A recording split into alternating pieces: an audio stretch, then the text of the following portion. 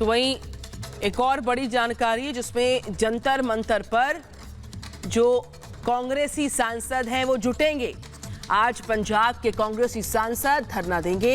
Delhi police ने उनको इजाजत नहीं दी है, लेकिन वो जुटेंगे जंतर मंतर पर बगैर इजाजत के। अपनी मांगों पर अड़े किसान नेता और उनके समर्थन में सियासत करती कुछ पार्टियां भी मैदान में नजर आ रही हैं।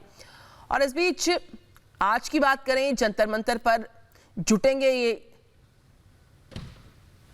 तमाम लोग और इनको इजाजत नहीं मिली है। कांग्रेस के ये सांसद हैं जो आज पहुंचेंगे धरना देने के लिए। इस पूरे मामले पर सियासत भी लगातार हावी होती नजर आ रही है। कांग्रेसी सांसद आज पंजाब के जो कांग्रेसी सांसद हैं वो धरने के लिए आज जंतर मंतर पहुंच रहे हैं। दिल्ली पुलिस कह रही है कि आपको इजाजत नहीं, आप नहीं आ सकते, लेकिन ये तमाम लोग आज जंतर मंतर पर मौजूद रहने वाले हैं।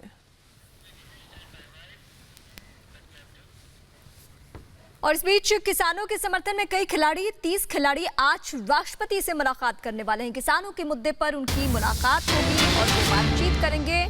ये तमाम वो खिलाड़ी हैं जो चाहते हैं कि इस मसले का जल्द से जल्द समाधान हो और ये किसानों के समर्थन में खड़े हैं और सीधे सीधे राष्ट्रपति से मुलाकात करने वाले हैं। एक एक करके आपने देखा होगा कि वो किसानों के आंदोलन के बीच में जाते हैं, मंच शेयर करते हैं, मंच साझा करते हैं और वहाँ से अपनी बातें रखते हैं। कहते हैं कि हम किसान पुत्र हैं और किसानों की समस्या हम नहीं समझेंगे तो कौन समझेगा। और यही वजह है कि अब वो बहुत ही आगे बढ़ चढ़कर इस मसले का समाधान चाहते हैं। सरकार से लगातार बातचीत की कोशिश में लगे हैं। समाधान क्या निकलता है इस पे हमारी नजर है।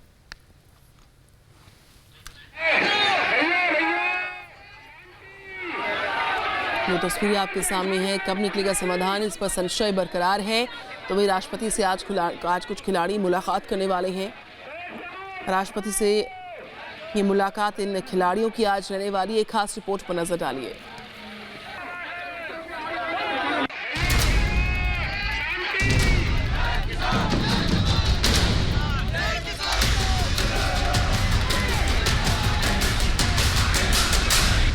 अब तक 5 दौर की बातचीत बेनतीजा। केंद्र और किसानों के बीच 9 दिसंबर को छठे दौर की बातचीत तय।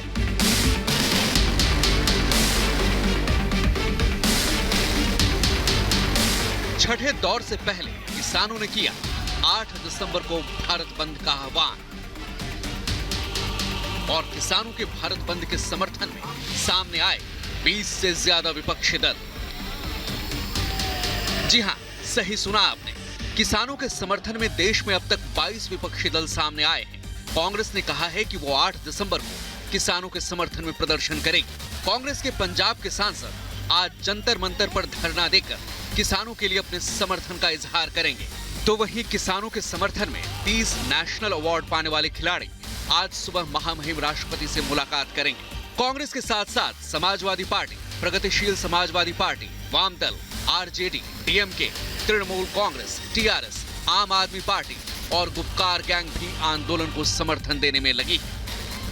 राहुल गांधी जी ने हस्ताक्षर अभियान, किसान सम्मेलन, ट्रैक्टर रैलीज करके एक जो आवाज उठाई थी किसानों के पक्ष में, उसी आवाज को हम बुलंद करते हुए 8 दिसंबर को हमारे जिला मुख्यालयों पर, प्रदेश कांग्रेस कमेटी के कार्यालयों पर, तमाम जगह प्रदर्शन किए जाएंगे और इस बंद को सफल बनाने में कांग्रेस एड़ी चोटी का जोर लगाएगी। तीनों कानून वो वापस लेने की बात कह रहे हैं, लेकिन अगर सरकार अपनी जिद पर अड़ी रहेगी तो किसान के पास रास्ता क्या है? उसके पास आंदोलन का रास्ता है और इसलिए उन्होंने 8 तारीख को जो भारत बंद का ऐलान किया है उसको आम आदमी पार्टी पूरी तरह से सपोर्ट करती है।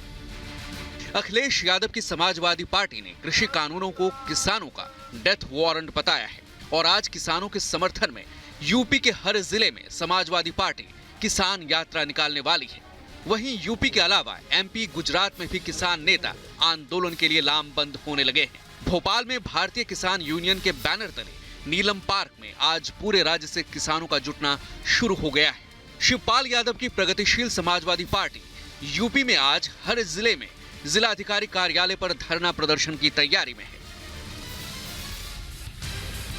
यानी एक तरफ कृषि मंत्री से लेकर देश के प्रधानमंत्री तक किसानों को समझाने की कोशिशों में जुटे हैं, तो वहीं दूसरी तरफ किसानों को हथियार बनाकर इस पर राजनीति भी खूब हो रही है। किसान आंदोलन के सामने जब सरकार का नरम रुख दिखा तो विपक्ष ने सियासी रोटियां सेकनी शुरू कर दी है। विपक्षी दलों के नेताओं ने अचानक से किसानों के बीच पहुंचकर खुद को उनका हितैषी बताने और दिखाने की कोशिशें शुरू कर दी। हालांकि इन सब के बीच सरकार का पक्ष लेते हुए जेडीयू ने साफ कर दिया है कि किसान और सरकार में बातचीत जारी है, जिसका हल जल्द निकलने की उम्मीद है। सरकार निरंतर कांग्रेस संगठनों के साथ वार्तालाप कर रही है।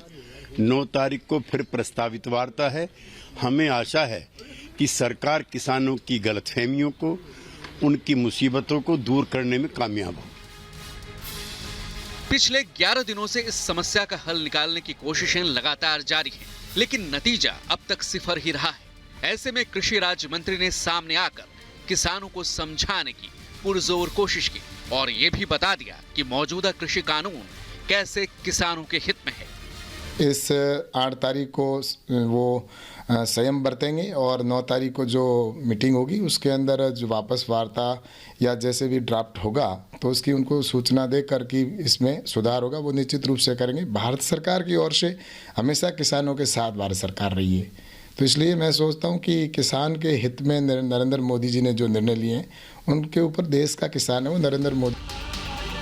आज किसानों के प्रदर्शन का 12वां दिन है और सिंघू, टिकरी समेत दिल्ली से सटे बॉर्डर पर किसान जमा है। छठे दौर की वार्ता से पहले उनके बीच भी मंथन का दौर जारी है। अब देखना होगा कि केंद्र सरकार किसानों की समस्याओं का हल कैसे निकालती है और किसानों के नाम पर हो रही राजनीति से कैसे निपटती है। Bureau report, Republic Bharat.